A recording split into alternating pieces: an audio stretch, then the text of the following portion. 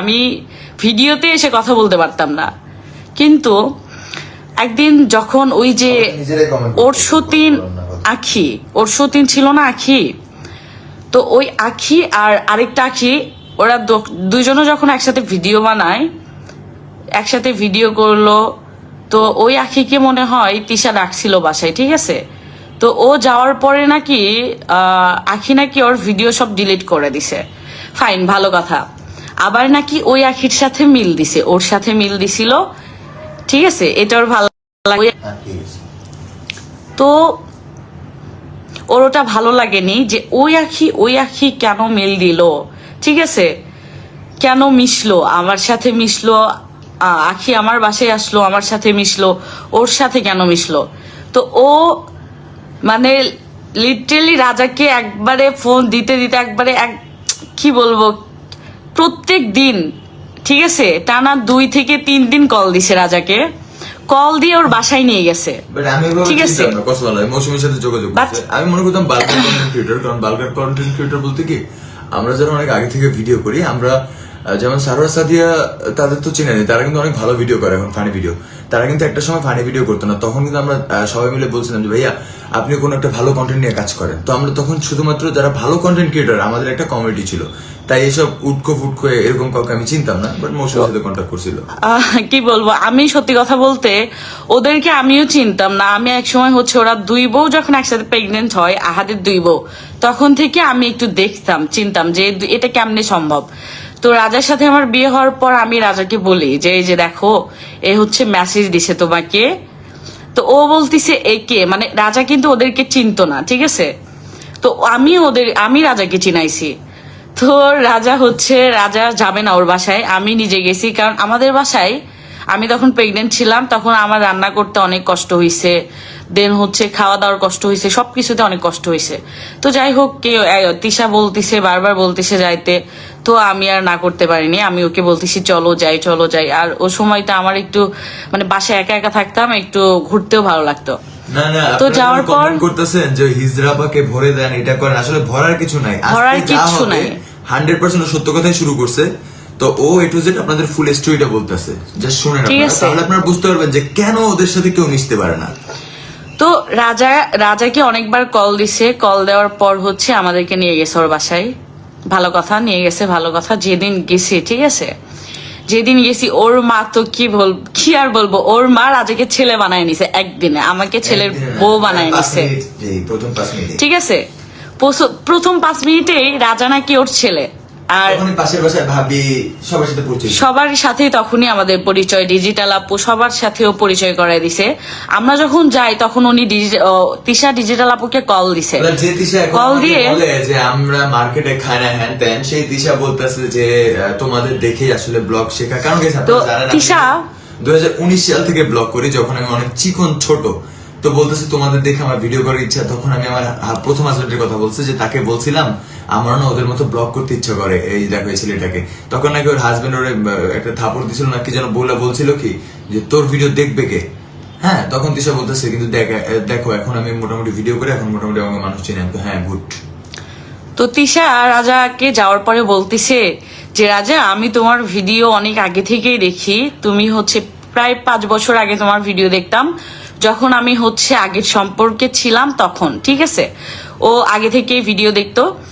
তো তিশা এখন এসে বলে মার্কেটে খায় না। ভাই, তুমি কতদিন আগে আসছো বলো, তুমি কতদিন আগে আসছো? আমি আসিনি, ঠিক আছে, আমি আমার হাজবেন্ডকে দিয়ে ভাইরাল হইছি, কিন্তু তোমার কথা বলো, আমি কি জীবনে অহংকার করছি? আমি কি বলছি আমি ভাইরাল, আমি সেলিব্রিটি, এগুলো বলছি? কারণ আমি নিজেকে ওরকম কিছু মনেই করি না। আমার মার্কেট কি, মার্কেটে উঠায় কারা? জনগণরাই তো উঠায়, তারা হয়তো চাইলে ভিডিও দেখবে না। বাট আপনারা একটা জিনিস নোটিস করছেন কিনা জানি না, আমি কিন্তু গত 5 মাস ধরে কিন্তু অনলাইনে নাই, বা আমি কিন্তু ব্লগ এগুলো করি না। মেইন কন্টেন্ট কি ব্লগ করা, যেটা আমার 5 বছরের, কিন্তু আমরা কিন্তু ওগুলো এখন আর করি না, ব্লগ করি না। যেখানে আগে প্রত্যেকদিন ভিডিও দিতাম, আমরা কিন্তু দেই না। সো আমরা বলতে পারি যে অনলাইনে টাকা দিয়ে আমরা চলি না। তো তিশা বলে যে হচ্ছে আচ্ছা নেক্সটে যাই, বাদ দেই, যা হইছে। তো ছেলে বানায় নিছে ওর মা, ঠিক আছে। ছেলে বানানোর পর আমরা তো ভাবতেছি ওরে বাবা কত ভালো, আসলে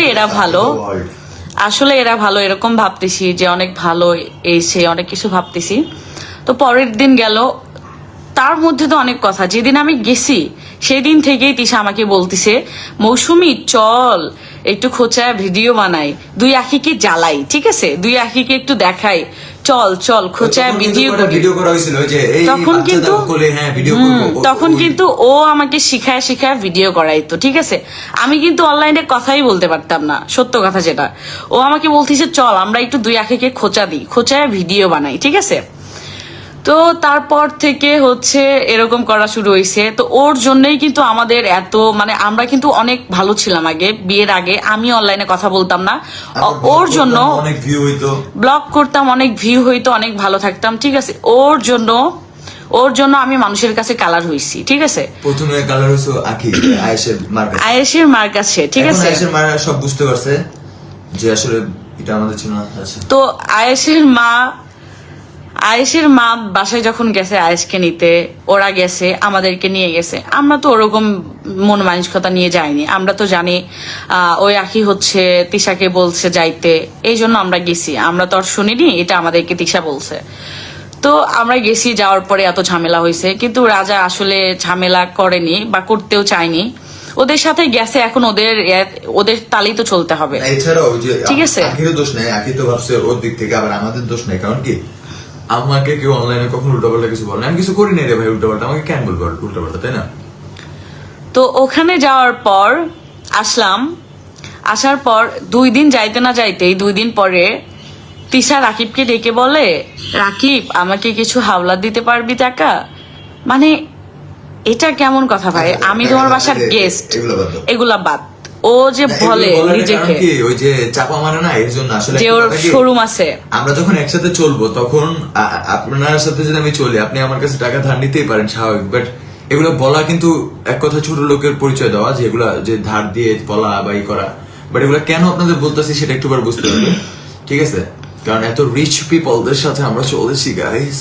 বিশ্বাস করেন গাইস, ওদের বাসায় মানে খাবারের এত অভাব, কি বলবো। ওরা 2-3 দিন টানা না খেয়ে থাকে, সেইটা আবার কমপ্লেন করে আমাদের কাছে। ওর মা, ওর বৌদি, মানে ওর কি বলে ভাইয়ের বউ কমপ্লেন করে, এটা মানুষকে বলে বেড়ায়। মানে এত বাজে একটা ফ্যামিলি, আর এদের নামে নিজেরাই গিবত করে বাহিরের মানুষের কাছে। এত বাজে একটা ফ্যামিলি। আমরা তো গেস্ট, প্রধান সাক্ষী ভাবি, এখন পর্যন্ত ভাবি আপনাদের সামনে ভাবি আমাদের অনেক কিছু বলছে। ভাবি কিন্তু আপনাদের সামনে এখন পর্যন্ত কথা বলতে পারেন, যে অনেকদিন ধরে মিশছে, ওটার এই ভদ্রতা বজায় রাখছে, ঠিক আছে। তো যাই হোক, একদিন হচ্ছে ও তিশার হচ্ছে ছোট ভাইয়ের জন্মদিন। এটা কিন্তু হচ্ছে তিশা, সামি আর ওর ছোট ভাই, তিনটেই কিন্তু 3 বাবার, ঠিক আছে। ওরা কিন্তু একটাও এক বাবার না, 3টা 3 বাবার সন্তান। এইটা তো কেউ জানে না, এটা আমি বলে দিলাম। তো এটা কিন্তু আমাদের জানায়। এটা কিন্তু এবার একটা কথা বলি, আমরা যদি একটা মিথ্যা কথা বলি, পারলে কেউ হচ্ছে ডিফেন্স করুক, ঠিক আছে। ডিফেন্স যদি করে, আমার একটা বদ অভ্যাস আছে, আমার এই যে ফোনে এখানে ডাবল ক্লিক করলে মাইক্রোফোন অন হয়ে যায়। আমি যখনই কোনো আজেরা কথা হইতেছে আমি তখন মাইক্রোফোনটা অন করে রাখি, কারণ কখনো হয়তো আমার লাগতে পারে। স্বামী একটা বাবার সন্তান, তিশা আরেকটা বাবার, আর ওই যে পিচ্চি যেটা আছে ওটা হচ্ছে এই বাবার সন্তান, যেই বাবা তিশার মায়ের সাথে থাকে এখন, সেই বাবার সন্তান। এটা কিন্তু বলছে স্বামীর বউ, মানে তিশার ভাবি, ঠিক আছে।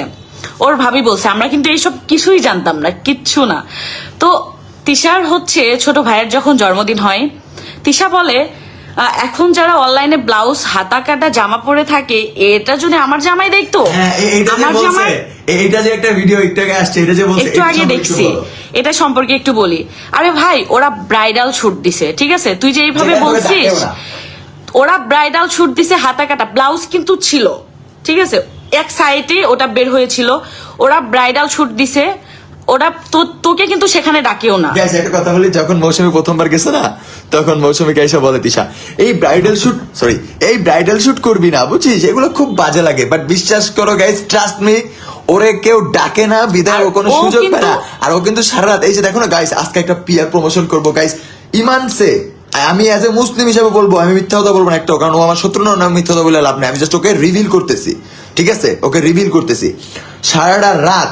আপু আপনারা কি এটা প্রমোশন করবেন? এই যে আমার পেজ আছে, এখানে আপনি প্রমোশন করতে সব সময় যারা পেজের ওনারদের সব সময় মেসেজ দিয়ে প্রমোশন চায়। রাজাকে বলে, রাজা তুই যে প্রমোশন করিস আমাকে একটু ডিলে কাজ নিয়ে দে, আমি ডিলে প্রমোশন করব। আমি হচ্ছে 2-3টা কোম্পানির সাথে মাসিক কাজ করে ডিলে। তো ও কিন্তু ও বলছে দেখি একটা আপুকে বলছিল, স্কিন কেয়ার আপুকে, বিউটি অল কালেকশন, ঠিক আছে, সেই আপুটা বলছে যে না, সেই আপুটা কিন্তু সেই মানুষের উল্টা কোম্পানির দোষ দিবে। সেই আপু কিন্তু হচ্ছে বলছে না করাবো না, তো ভিউ নাই, যা সত্য সেটা, এত ভিউ না, আমি ওদেরকে দিয়ে করাবো না। তিশা বলছে যে রাজা আমাকে কিছু কাজ নিয়ে দে, মাসে একটু চুক্তিতে যে তুই কাজ করিস সেগুলো কাজ আমাকে নিয়ে দে, কিন্তু ওই আপু বলছে যে করাবে না, কাজ করাবে না, ওর ভিউ কম। তো আমরা যাওয়ার পর থেকে কিন্তু আমাদের যত ব্লগ করছে, ফার্স্টে তো সতীন দিয়ে ব্যবসা করছে, আমরা যাওয়ার পর থেকে যত ব্লগ করছে, রাজা মৌসুমী হাঁকতে যাচ্ছে, রাজা মৌসুমী মুততে যাচ্ছে, রাজা মৌসুমী আজকে এটা করলো সেটা করলো, সবকিছুতেই রাজা মৌসুমী, সবকিছুতেই রাজা মৌসুমী। তো যেখানে ছিলাম ওর ছোট ভাইয়ের বার্থডের দিনে ও যে বলছে যে 2 আখি নাফাইসা নেশা ব্লাউজ কাটা এগুলো পরে ওদেরকে যে মিন করছে, যে ব্লাউজ কাটা পরে হচ্ছে ভিডিও করছে, ওরা ব্রাইডাল শুট দিছে, তোরে কিন্তু তাও ডাকে না ব্রাইডাল শুটে, বুঝছিস, ওরা কাজ করে খায়। আরেকটা কথা বলি তোকে, তুই যে এই যে গেঞ্জি টেঞ্জি পরে, ঠিক আছে, রন্না না নিয়ে গেঞ্জি পরে, একবারে টাইট গেঞ্জি, দেন হচ্ছে তোর মা টাইট গেঞ্জি, তুই আর তোর মা মনে আছে, টাইট গেঞ্জি পরে একটা টাইস পরে আহাদের সামনে, ওখানে নয়ন ছিল, অনেকজন ছিল, তাদের সামনে যে নয়ন বলতে ওই যে 203 যে আছে না, 203 এর সাথেও কিন্তু আমাদের পার্সোনাল কোনো ইস্যু না। আপনারা নরমালি 203 জিজ্ঞেস করেন আসলে কি রাজা মৌসুমী খারাপ, ওরাও বলতে বাধ্য হবে যে না, ওরা ওইভাবে খারাপ না, বাট ওরা অনলাইনে এমন করছে দেখে আমরাও চেয়ে এমন করছি। বাট ওদের উপর আমার ক্যান্টা করছিল, ওরা অনলাইনে পার্সোনাল বিষয় নিয়ে ঘাটাঘাটি করছিল, তো এইটা নিয়ে আর কি ওদের সাথে আমার ঝগড়া হয়েছে। আপনি জিজ্ঞেস করেন নয়ন, কারণ 203 কিন্তু এখানে ফল্ট, কারণ আমরা যখন আমাদের মধ্যে ঝামেলা হয়েছিল, লাইভে গেছিল, এই সাবজেক্ট নিয়ে ওরাও একটু কথা বলছে, তো সেই ক্ষেত্রে এটা সবাই করে, একটু কেউ কিছু করলে এটা নিয়ে কথা বলে, তো এটা ওদের বোঝা উচিত ছিল যে আমরা কিন্তু ওদেরকে নিয়ে এই জন্য কথা বলছি, ঠিক আছে। তো তিশার মা আর তিশা ওর ছোট ভাইয়ের এই নাচ দিছিল, আমি দেখাই, আমার এখনো মনে আছে স্পষ্ট, ঠিক আছে, এই যে আঙ্গুল দুটোর আমি সামনে, এই যে আপনি নাচছে, তিশার মা ওই নাচ দিছে। তো তিশার মা একটা গেঞ্জি পরে, সবাই একটা গেঞ্জি পরে, তিশা একটা টাইট গেঞ্জি পরে, ওড়না না নিয়ে যে এই যে নাচানাচি করলো, রাজা ছিল ওখানে, অনেক ছেলে ছিল, ইরফান, যদি আমি ই করি আমার হাজবেন্ড আমাকে বের করে দিবে, ঠিক আছে, ইরফান, রাজ সবাই ছিল সেখানে। যে আমি আসলে নেক্সট টাইম ওকে নিয়ে ভিডিও বানাতে চাই না, তাই লাইভে সবকিছু ক্লিয়ার করতেছি, সবকিছু ক্লিয়ার করতেছি। তো এগুলা পরে যে নাচতেছে রন্না নিয়ে, মানে বার্থডের দিনে যে নাচ, গাইজ বিশ্বাস করেন ওই দিন আহাদ বেলকনিতে থেকে মুনতাহার দিকে এমন জোরে নজর, মানে এমন ভাবে তাকাচ্ছিল বুকের দিকে, আহাদ লুচ্চা। তখন আবার তিশার আম্মুই বলতেছে যে দেখো না, আপনাদের বরিশালের ভাষায় কিন্তু গাইলেছে খানকির ফো, এমন করে গাইলেছে খানকির ফো, দেখো কেমনে তাকায় আছে, ইচ্ছা করে কি লাথি মেরে ওই খানকির পোলে বারান্দা থেকে ফালাই দেবো, খানকির পোলে কি খানকির পো, খানকির পোরে খানকির ফো, ইচ্ছা করে মানে নাচতে নাচতে কইতাছে, এই যে আমরা নাচতে চাই, বাচ্চা বাচ্চা না বুঝে, আর বেচারা